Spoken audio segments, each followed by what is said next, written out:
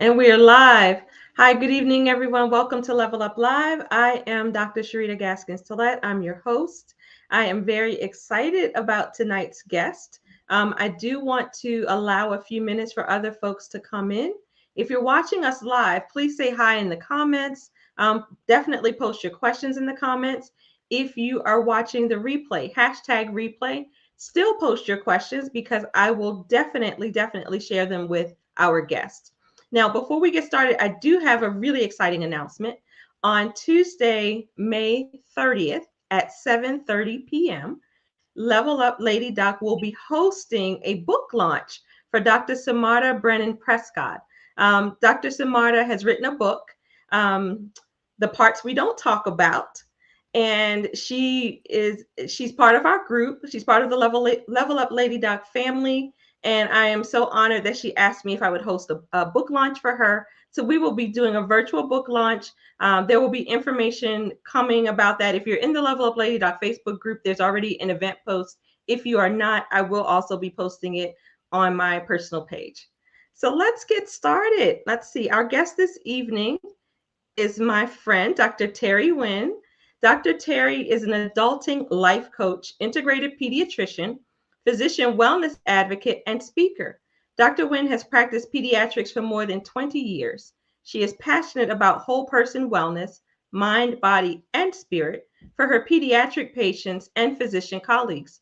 Her zone of genius is engaging and empowering young adults and helping the adults in their lives support them. Dr. Nguyen helps young adults with adulting angst launch into adulthood with confidence and resilience. She helps parents, teachers, coaches with tools to best support their young adults. She also chairs the Physician Wellness Committee at her institution. Dr. Nguyen frequently contributes her pediatric and wellness expertise on local television news. And Dr. Nguyen, for those of you who are local to the Baltimore area, Dr. Nguyen is here. So she's on WBFF Fox 45, WBAL TV 11, WMAR 2 TV, and in print media, also CNN and NPR. She has also launched the Practical Parenting Podcast. So let's give a warm welcome to Dr. Nguyen. How are you? Great. Thank you so much for having me, Sharita. Oh, thanks for coming, Terry. I really appreciate it. So I usually like to start with you, kind of taking us through your journey through medicine and how you came to be a pediatrician, and I guess how you came to be an adulting, an adulting life coach. I really want to hear about that. But let's start at the beginning. Okay. It's a windy road. And so this is, I started out wanting to I wanted to be a geriatrician, actually. Wow. Yeah. You talk I grew about up with a my pendulum swing, right? Yeah, I know, but you'll see the story and Okay. you'll see that it does really come full circle. So I grew up with my grandmother. She lived with our family. First, I lived with her, then she lived with our family. And she's an amazing woman who only had education until she was like in the 5th or 6th grade in Vietnam. And when we all immigrated here in 75, she spoke no English. Okay. And she never really learned English for her entirety of her life here. But she just had intuition, and she could figure things out. And it wasn't book knowledge, right? It must have been Sure. innate wisdom. Yes. And then all these things that she would tell me about herbs and how you treat illnesses, very much in the Eastern medicine realm. Back then, I was like, she's crazy. I'm not doing that, right? And guess what? Grandma's Yeah, right. you are right. Yeah. I flash forward 40 years and I've done an integrative medicine fellowship. And now I understand the things behind the herbs that she used.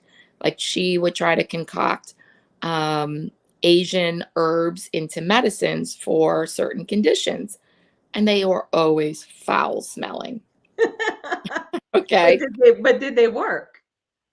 Some of it did, you Okay. know? And anyways, like I was amazed. Like my dad has all these degrees. He couldn't figure out how to put like a kid's bike together.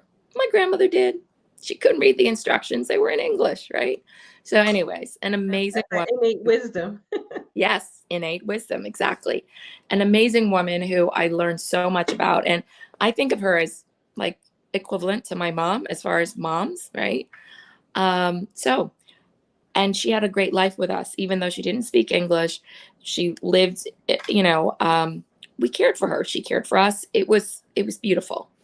And then I saw in American culture that, elderly in America were not necessarily treated this well. And often they were rather isolated, didn't have family or community. So I said, if I'm going to be a doctor, this is the group that I want to help. Okay. Okay. And I want to do it kind of in honor of my grandmother because my grandma did pass after my freshman year in college. Okay. So I entered medical school. I'm like, I'm going to be a geriatrician. I was like a caseworker in the summer of my first year in medical school. Between first and second year, I was a social worker intern working with the elderly. Loved it. I get on the wards and I do geriatric medicine. I was like, I had no idea. Oh my goodness, I wanted to do preventive health. I'm sorry, you're still smoking. Oh, okay, got it. You've had how many bypasses? Oh, okay. Oh, and we're on drug number 10. Is that it? No, no, no, no. And then we keep going. And, like a full rotation of this. And I was like, no, sorry, no can do. The idea behind it is lovely, but the actual work behind it is actually sustenance medicine, right? It's not preventive because Right. if you're in your 60s or your 70s and you're on this whole list of meds and you already have all these chronic illnesses, Yeah. we're merely putting Wait, band. it's too late to Yeah. prevent. Yeah. Right. So I went from that and I was like, I want the quick fix. I need the quick fix right now, please. So there was a surgery rotation after that. Loved it. I'm like, I'm going to be a surgeon. I want to fix things up right then and there. And I had signed up for a sub internship in peripheral vascular surgery. Okay. I know. The day before that happens. I don't know. Randomly, I run into a peds ID doctor and I knew her and we talked and she's like, no, you should do your sub-I in pediatrics with me. Yeah, happy-go-lucky me. I did. Loved it. I said, okay, forget about surgery. I'm doing peds. Okay, and that actually, makes some sense. When you talk about your frustration with the geriatric side, the fact that people are already dealing with many chronic conditions and other things, and that and then on the pediatric side, you're able to kind of head things off before they ever get started. Yes, I apologize. My dog. Okay, Luna, go down. It is full circle. Yeah. Thank you. You want to get some water or something? Yeah, I have it. And Okay. you can do preventive health in pediatrics, right? Yes, absolutely. And the way I kind of changed it now after the fact, I mean, it is advocating for people who don't have as much advocacy, right? Like children don't talk, children don't make money in the world of medicine. So we need to advocate for them. But if you really want to do preventive health, pediatrics is it. You can help mold a child's life from birth onwards. Absolutely. And you talk about wellness and mind, body, spirit. Probably one of the most important places that you can have impact is on a child's mind, I would imagine. Yes, in every way, mind, body, and spirit, right? Yes. So I enjoy that, and I enjoy working with the full family. Remember, I said in geriatric medicine, sometimes it's lonely for some of the elderly, right? Yeah. They were isolated from their families, or many of the people they loved had passed, and their extended families lived far away. It was kind of lonely. Yeah. Yeah. And I know with pediatrics, well, see, and actually that's why I'm not a pediatrician. Because I actually went in thinking I may be a pediatrician. And then I figured out that I had 3 patients and one of them didn't talk. And I was like, wait a minute, no. You got 2 parents and and a kid that doesn't talk. We're done. Oh, that's so funny. For me, I feel like that is really like that's true like sleuthing medicine. Yes. That's like you can see my adoration for my dog who tried to join our conversation. You get to figure it out without them being able to talk to communicate with you, right? Yeah. Um, and there's some purity to that for me because, and I want to be careful. I mean, some adults will not tell you the full truth. Yes. Kids are just so much there. What you see is what you get. They don't mask illness. They don't increase illness, right? It Yes. They are who they are. I love the authenticity, and I love the opportunity to watch the child grow as well as their parents grow. Because on the first time around for parents, often lots of phone calls, lots of questions, and lots of nerves, right? Second time around with a second child, beautiful. Yeah, they got it. Sometimes take till Oh, third child, at least they think so, right? right? So So now, what kind of practice are you in? Is it a private practice? Are you an employed physician? Because it sounds like you spend a fair amount of time with your patients. So tell me about that. How are you able to manage that?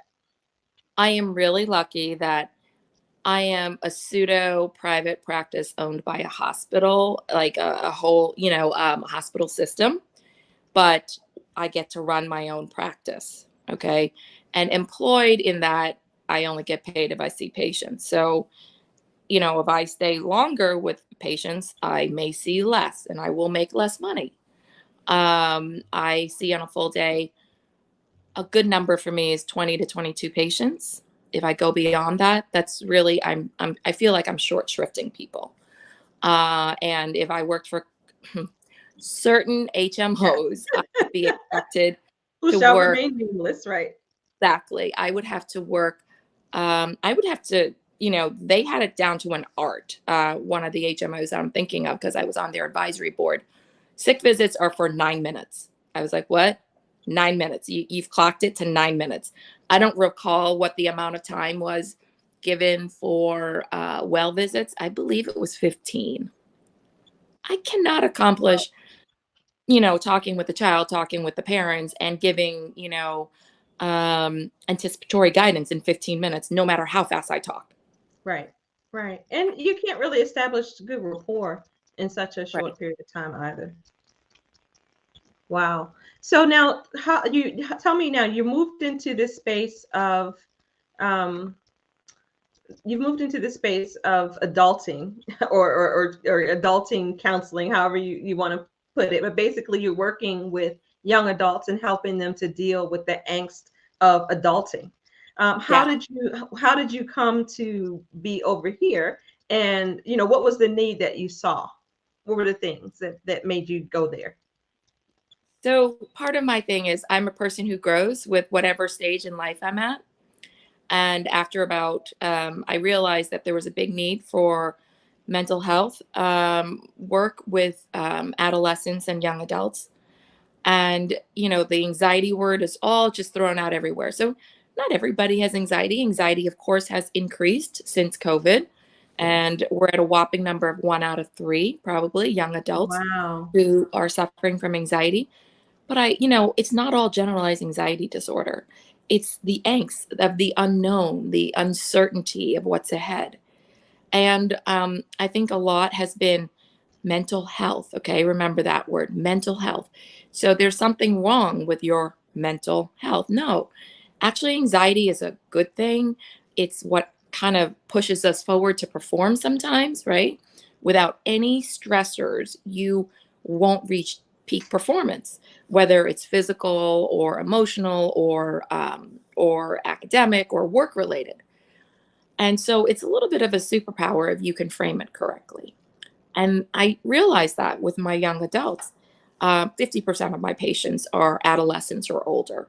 And I'm having a rather difficult time getting rid of some of my post college students. They still want And to come to so, the pediatrician. yeah, and I'm going to tell you, that's what led me to this. I mean, I'm doing this, and I was like, oh my goodness, this is a way for them to stay with me in the capacity that they were really looking for. So Is did you a find that they were coming to talk to you that, because you built the rapport over the years, they were talking to you about their concerns, about heading into adulthood? yes, yes, exactly. Okay. So And what kinds of things were they expressing? Like what were some of their concerns? some of it is like, um, you know, I have all these things. I feel like I can't do it all. Oh, I don't know what to do. So kind of overwhelmed. Yeah, I'm so sorry. Mary, get some water, honey.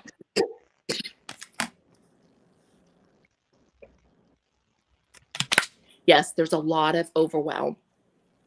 And, but if you listen, I mean, I didn't do anything super terrific. I listened. I let them carry the conversation and do everything that they wanted. And then I asked questions to help them self reflect. Okay. I facilitated their,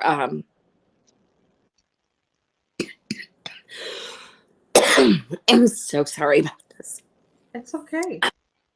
I just want you to Uh, be okay. I facilitated their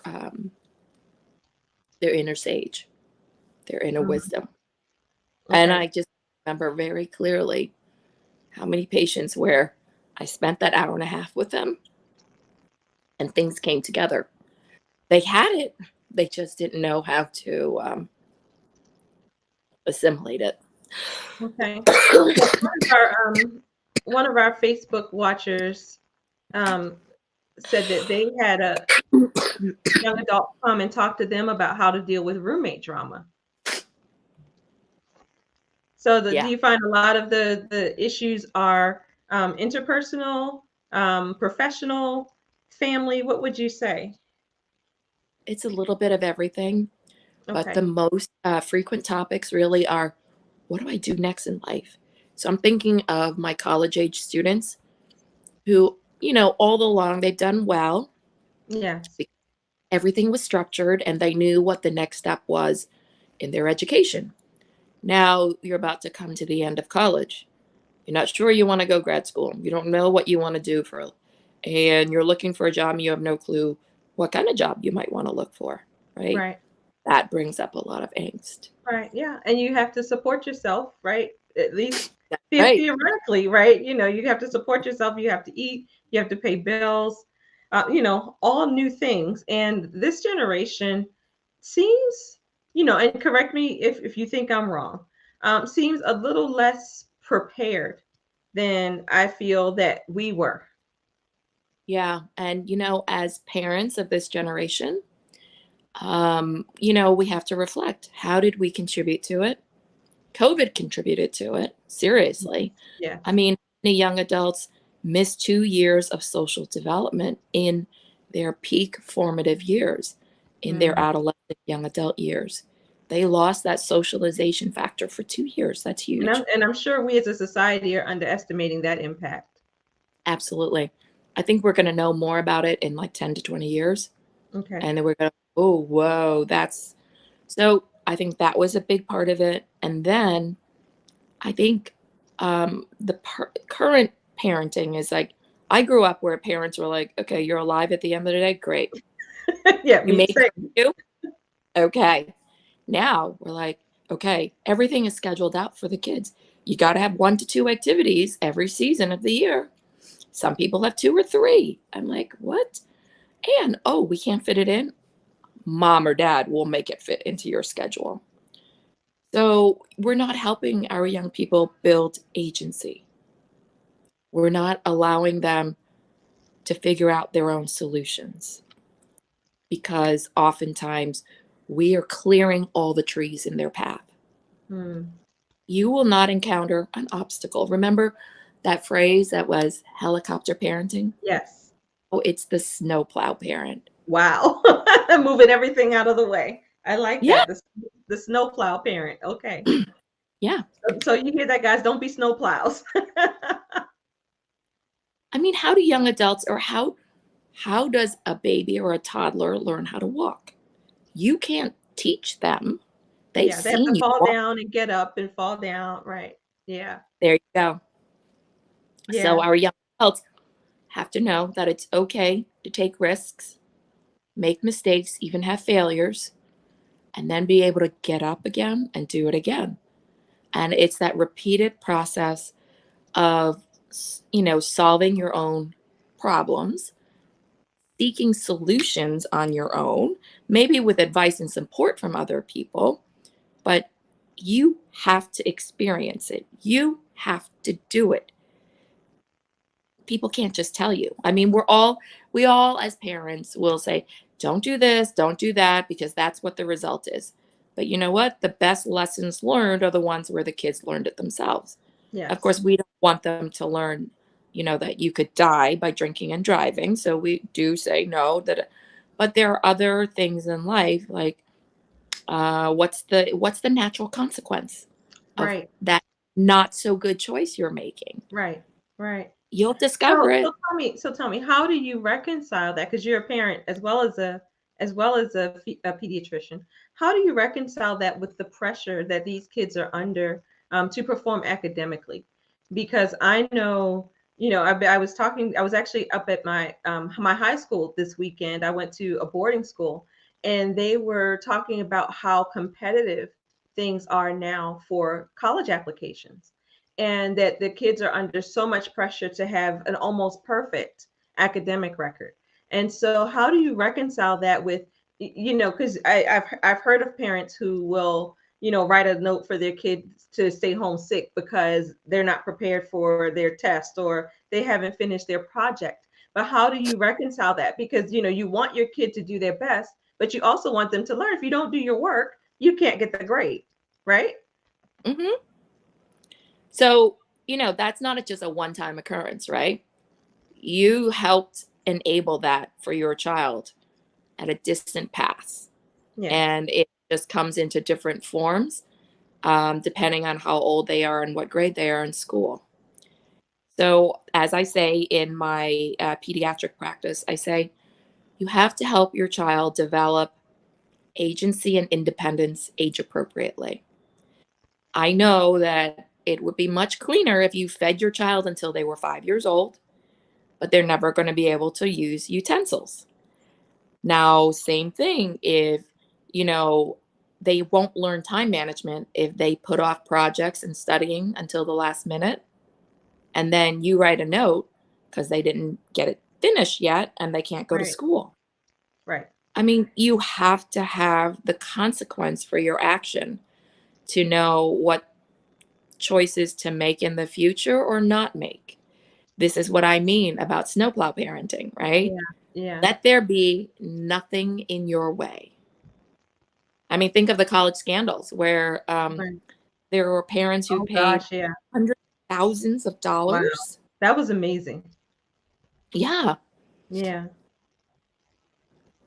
So, Did it serve the children? No. Did it serve the parent? I don't think no, so. no, they went to jail, some of them, right? Yeah, So like, definitely didn't serve them, right. And and what kind of example are you setting for your children? exactly that. Right, because Everything you're not being taught? honest. You're Hmm. not being honest. You're not teaching them that hard work counts for something. You're teaching them Yeah. about shortcuts, and that it's okay to make shortcuts. That your money can buy you things, and buy you status in life. A lot of bad lessons are being taught. So honestly, Terry, it sounds like we as the parents might be the problem.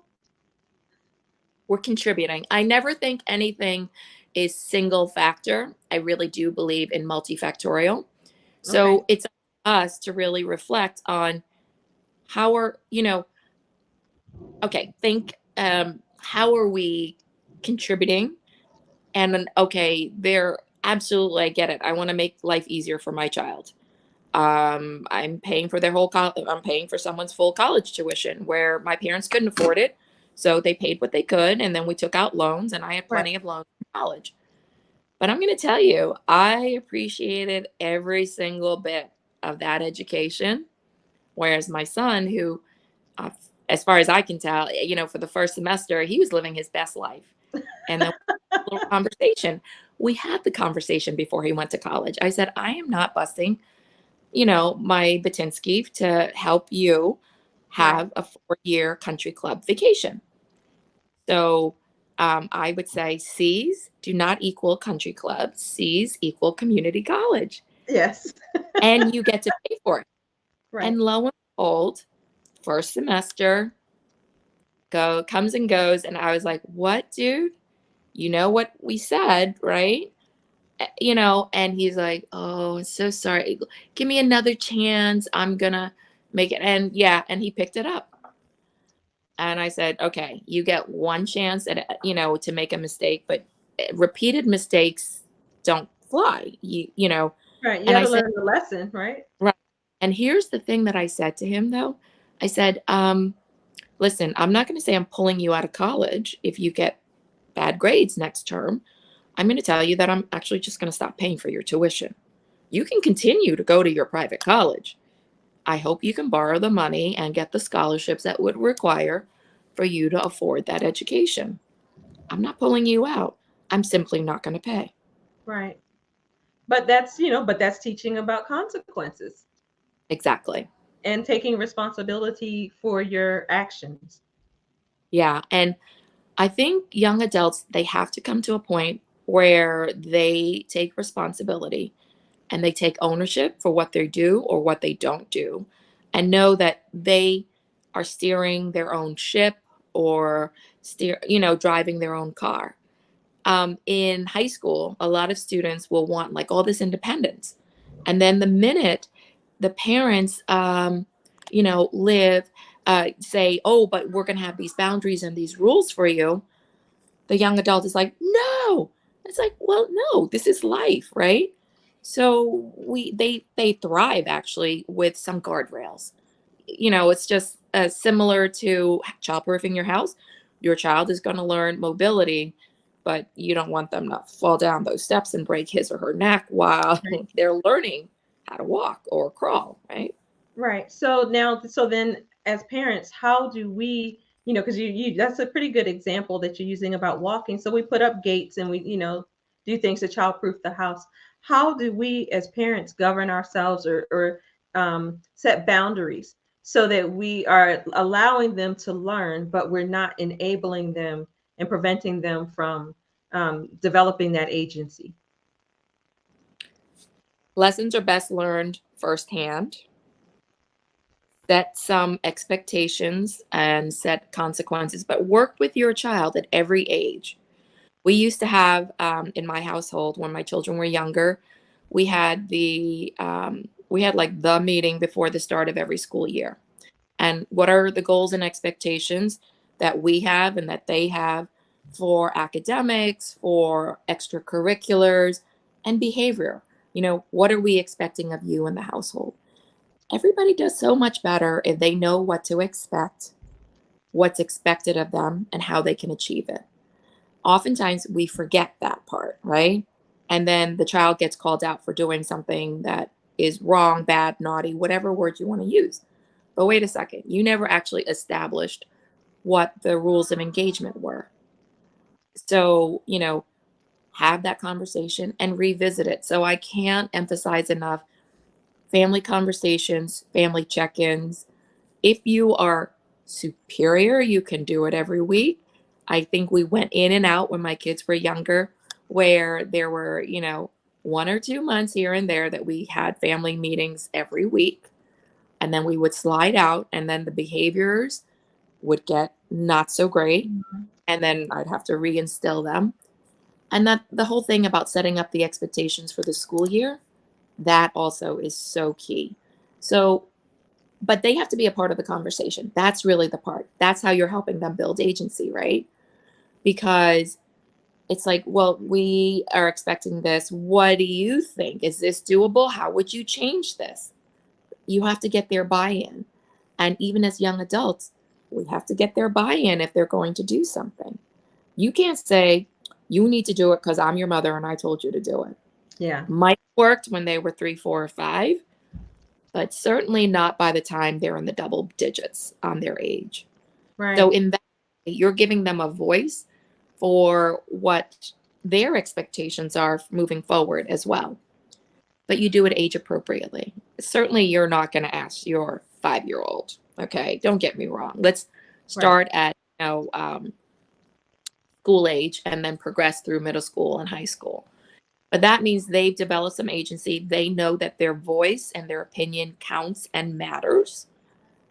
You help them make the rewards and the consequences because they know best what's going to motivate them. But what we're doing initially is building that external motivation. Yes. Eventually, we have to turn that inwards for them where it's internal motivation, right? Like, I want to do this because it's for me. I have this conversation And often with when does that shift take place? Because I think that is when I talk to a lot of parents, that's one of the things they say, that they don't see that same, again, comparing to our generation, that same internal drive that we had. Because I don't know what your situation was, but I know for me, nobody told me I had to do homework. Nobody told me that I had to have good grades. It was just something that I wanted for me. So I'll tell you that it was expected that we got good grades at our Okay. house. Okay. It was definitely an expectation. And I don't mean just good grades, like really, really good grades, because there was punishment for, and that was kind of awful. But that then moved on to, I'm like, well, I actually want to do well because, that's me. I'm a good student. And I want to be a doctor. I want to be a good doctor. But I think for a lot of young adults now, it is helping build that agency at every stage of their lives. And then um, allowing them to take the risks and being there for them. You are going to be there to catch them, but you cannot block everything out for them. Like you can't take every obstacle out of their way. Yeah. So it's age appropriate risk taking. As long as you're not going to kill yourself or somebody else, I'm going to let you have a go at it. Yeah. Yeah. Okay. And So, always so look, allowing some independence and letting them, figure some things out on their own. And even if it's not necessarily done the way that you would do it, because I think that's the other thing that's kind of hard for us as parents, because we're sitting there thinking there's a much better way to do this, and it's my way, right? yeah, but maybe we as parents are going to discover that our child may actually come up with a better way, Oh, I know. Right, right, right. right? Yeah, yeah, So you asked, how do we do? You have to model it with your child as well. So you have to set up the expectations, let them have a voice in it, and then you also have to model, right? Like for the parents caught in that, I don't know, the college scandal. What yeah, modeling was that? I can buy anything and get it out yeah, of your way. That's probably not what the majority of us would want. I think, we want to instill values of hard work and sticking it through. That's how you get results. So we have to do it, right? And it's also in our behaviors of, listen, at the end of the day, everybody's a hot mess, right? Like by 6 or 7 o'clock at night, they're like, oh, it's the family hour. I'm like, no, it's the witching hour. What are you talking about? When my children were younger, I think when they were like 3 and 5, there were times where I purposely stayed at work later because dinner was not necessarily a great experience. yeah, Somebody was misbehaving at all times. Dinner was like giving me indigestion. Okay. But I figured some things out after the fact and then, I could move forward with it. I'll give you one solid example. My son, if he didn't like something that he was eating, he would gag himself until he puked. And he did this like at the dinner table almost nightly. oh goodness. Yeah. Why would I want to be at the dinner table? And then I don't know, it finally, I'm like, okay, if this is what you're going to do, I'm going to hold you over the sink. And you know what? A couple of days later, he stopped puking every time he didn't like something because she's just going to hold me over the sink. I'm not going to get to, throw Yeah. up on Yeah. everything, have my mother go bananas, bonkers, crazy, you know? Um, so you have to be creative. How are you going to work your way around it? Because it's Uh, almost sounds like a battle of the wills. Like you had to you had to break him. well, it's to outsmart them a little bit. Yeah. It's our job, right? We can't engage with them at the level that they're at. There's nothing productive out of that. I mean, just like thinking of temper tantrums. Oh my goodness. What good comes out of you yelling at them or hitting them on the butt when they're having a temper tantrum? It only escalates. Right. It's, the negative side of themselves has come out. I call that like maybe their own saboteurs. And then you're going to bring out the bad side of yourself to interact. What you have to bring out is your inner wisdom, your sage, and you might need a timeout before you can bring that through. Right. Right. And it's pause, right? Like sometimes I would go lock myself in the bathroom for a while. My husband's like, "Are you coming out?" I'm like, "I'm not calm enough yet." Well, Yeah. but I mean, but at least you had the insight to recognize in yourself that you just needed a minute before you were prepared Sometimes to I need an hour. engage. Yeah. Well, a minute, an hour, however long, Yeah, yeah. before you were prepared to engage. Right. So we do have a comment from one of our viewers. A leadership tool I learned to check in with your team. What should we stop, do more of? Works with family too. Exactly. Yeah. So Isn't that where you get I love it. everybody's buy-in? I think so much of child rearing can be used in leadership, or Mhm. so much of leadership and leading teams can be used in raising families. So it works both ways. And I came at this, I built my leadership skills as time went on. So what I hung on was what are the things that I am trying to help folks develop as parents. And then I use that when I have to lead teams, lead groups of people. It's very similar. Hmm. And here's the other thing toddlers, they're really trying, aren't they? The 2-year old phase and the 3-year-old phase, how many of us would love to skip right by that? Uh-uh. Yeah. This is teaching us some critical skills here, So right? it's teaching us leadership skills. It So we is. need to be looking at it as not just Yeah, us teaching them, but them teaching us. Okay. right. And then, so they had fewer words. So they just go from happy to really unhappy, right? So it's happy and then tantrum if I don't get what I want. There's emotional dysregulation. Guess what? When is that emotional dysregulation rearing its ugly head again? Yeah. Puberty, teen Yeah, years. after Yep. year. So I think of it as our children are giving us at least two chances. Some children give us more chances, right? In their development. First, you have to learn to master the toddler tantrums. And then you have to remember those learned skills because you're going to need them again. I call them in the teenage tantrums because at both phases, they are feeling huge emotions. In one phase, they don't have the words to, expand on their feelings and emotions. And in the next phase, they might have some vocabulary, but they're so overwhelmed again that they're not in their rational mind when they are being reactive.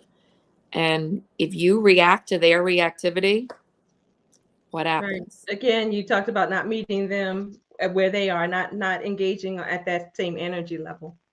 Yeah. Well, you've given us a lot of food for thought, Dr. Terry. I appreciate you so much. If I, well, both ends of it, I guess, if I have a teen who or a young adult who is transitioning into adulthood and experiencing some anxiety, how can they work with you? We didn't actually, you know what? Let's talk a little bit about your program because we didn't do that. Um, tell us what you offer for the young adults and also what you offer for the parents. So what I offer is coaching. This is exactly what I was talking about before. I go with the flow in life. I didn't know that I was going to be a young adult coach, a young adulting coach. I mean, that came up relatively new in the last year because it's like the alarm went off in my head. Oh my gosh, why won't these young adults leave you? Because they're looking for that non-parental, trusted adult who they feel safe with, so they can kind of dump. Okay, and I can absorb some of that energy for them, but who can help them process. So I'm not a therapist, and it doesn't matter. So it's more of the uncertainty of the path that lays ahead for you. But the thing is to be there and to believe in them, really believe in them, right? And support them so that they can plunge forward and launch. And I've seen it again and again, but I do it over many years with my patients. Now, my program is, I'd like to help them build some of these mental fitness skills in a short time period, in a 6-week program, based on positive intelligence. And you're building just 3 core muscles here. You're building your interceptor muscle for your saboteur, for your judge. That's the negative voice in your head that's always ready to critique you, critique the person that you're interacting with, and critique the situation that you're with. But what you also have is that really sage inner wisdom voice. We all have it, but it's like at a murmur when the kids are building their prefrontal cortex, right? So as they get more engaged and they discover how to listen to that voice, they can engage it better. And then the other muscle that we're working on in this mental fitness triad is self-awareness or self-control. Okay? It's okay, I realize that my negative judge voice is coming out and I'm about to get all feisty and get into it with myself or with someone else. Stop, pause, okay? Engage your inner wisdom, your wiser voice. And there's tools to do it. How do you get there? Practice makes perfect. You have to build a new habit over time. So that's why it's a 6-week program. It's an hour a week. And I try to keep my groups pretty small, 5 to 10. 10 would be the absolute maximum. But there is a curriculum with it. But really, they have to engage. And it's active things that you're practicing. And I'm going to tell you a secret, parents. It's really based on mindfulness and meditation, okay? But I never say those words. Because young adults who hear that, mindfulness and meditation, they're like, Yeah. oh, she's going to make us sit and own. I never, ever am going to Yeah. make you sit. There are other ways to be mindful, using all of your senses. And it can be quick as like a 1 or 2 minute practice, and it recenters you. But how do you use that in times of angst or in times of uncertainty, or when you're about to go into that fight, flight, or freeze mode? You have to practice it so that it becomes an innate, and I always call it like you can snap your fingers at any time. So when you Yeah. get a false alarm in your body, how can you call it out and go, I know what I'm going to do? So that's what the 6-week program is for young adults. And my target group really, so when you had asked, when does that inner motivation come in? Okay. Girls and guys have different maturation, right? Social maturations. I really do think the guys are about 2 years behind the gals. And so for the guys, it may not come until college Wow. or, yeah, I know. So that thing where your young adult lives with you until 26 is very true. Mine aren't, because I'm going to say, sorry, I am not your maid. Figure that out. Sure. But, you want to have them build that agency as they're going along. So what's the deal with the group thing? The group is, it holds you accountable. Nothing young adults like better than comparing themselves to the person next door. But this is healthy competition. It's like, woo, I'm not in this alone, not knowing what I'm going to be doing next in my life. And these people are just like me. They're not stupid either. And they're a little lost too. But it's okay. We're working on these skills together. We get to report them out every week. What worked, what didn't work, how can it be improved? So you're sharing in a community, right? Community is so important. Yeah. At Uh, every level. yeah, always, right? We raise children as a village. Young adults don't have as big of an extended village as some of us had with extended family nearby when we were growing up. So now we have to create other alternative villages, alternative communities for parents, for young adults, for children. When you're in school and you're in a sport or a club, that's your community. You get to the end of college and you're about Yeah. to jump off into the adult world.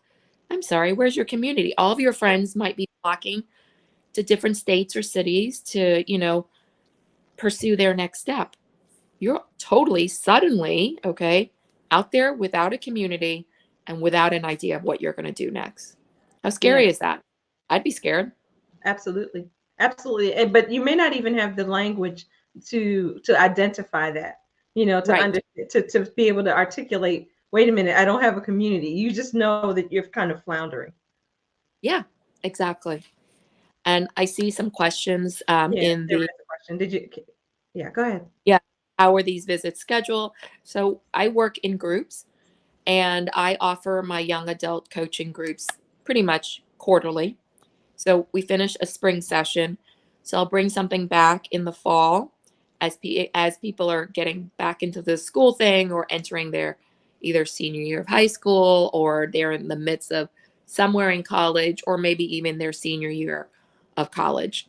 What I will say is the young adult has to be sold that there is something that they want to change and put their sweat to. Because when I talk about this with parents, parents love the concept. They're like, yeah, you're right. And I said, yeah, it's building mental fitness. You go to the gym for your physical fitness muscles. And now you have to do a program to build your mental fitness muscles because, it wasn't taught in school. And Right. sometimes we as parents don't even have the skills. And that's how I also segued into doing parents because I just did 2 parenting groups and it was just an experiment.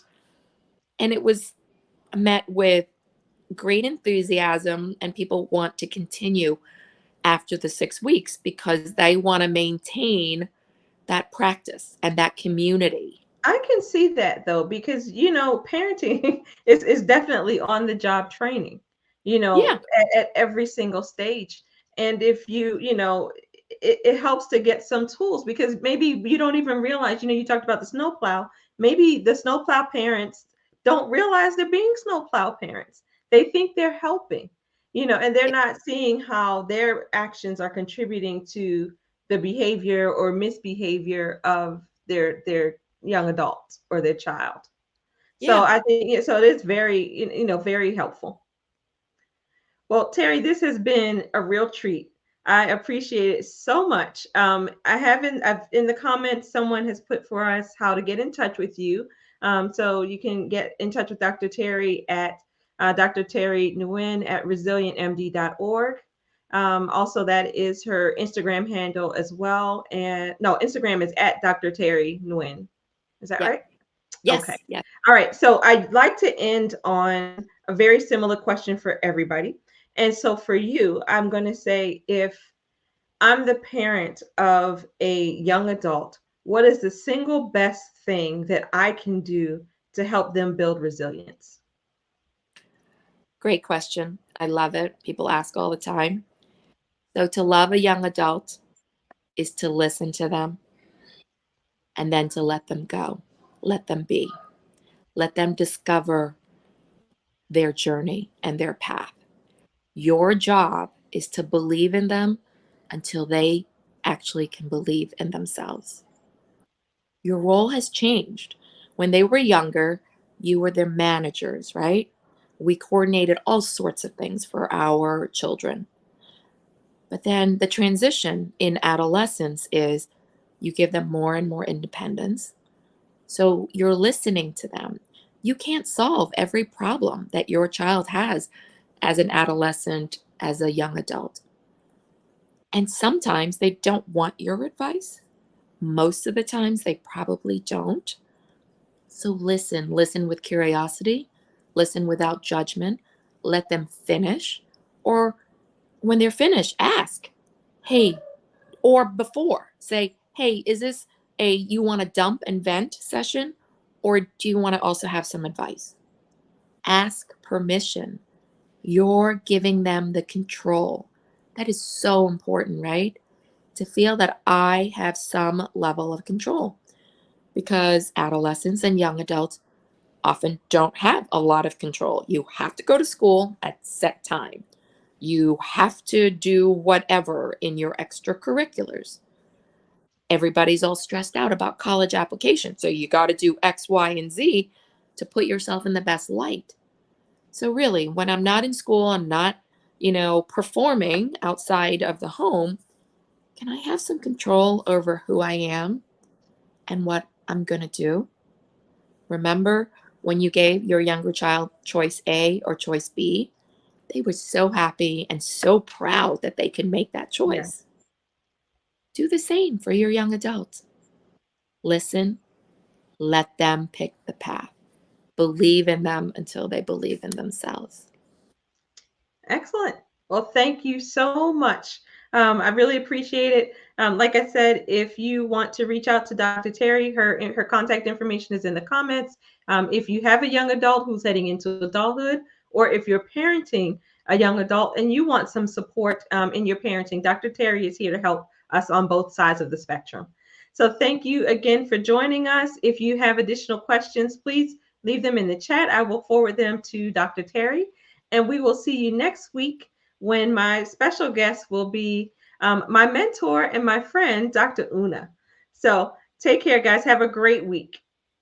Thank you all. And next week's session is going to be awesome. Yes, as was this one. Thank you, Dr. Terry. Thank you so